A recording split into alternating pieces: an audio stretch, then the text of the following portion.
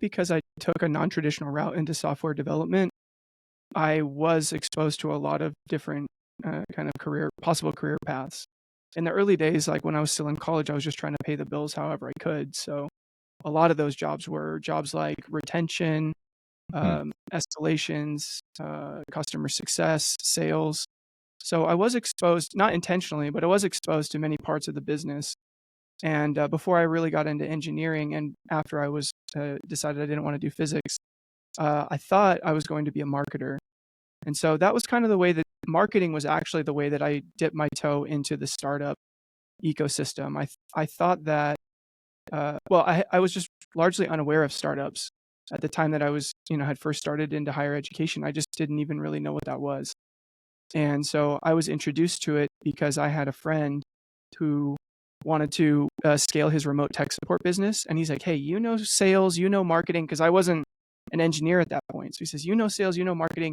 Can you help me to figure out how to take these inbound leads that I'm getting and turn them into paying remote tech support customers?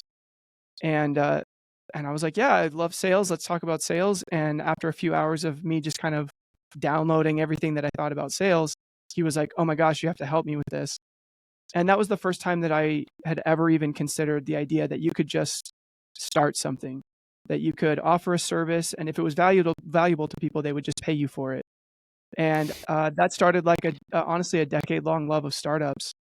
And so I think to kind of get back to your question, having that background of sales and marketing and customer success and support, uh, it gave me a well-rounded view of what it meant to actually run a business. So I felt like I was uniquely prepared uh, to start a startup because I knew at least at a basic level how each of those departments were ultimately going to function. So in mm, the early days, when you have to wear basically all the hats as a founder, I didn't find it unnatural or overly difficult to kind of flex into these other roles.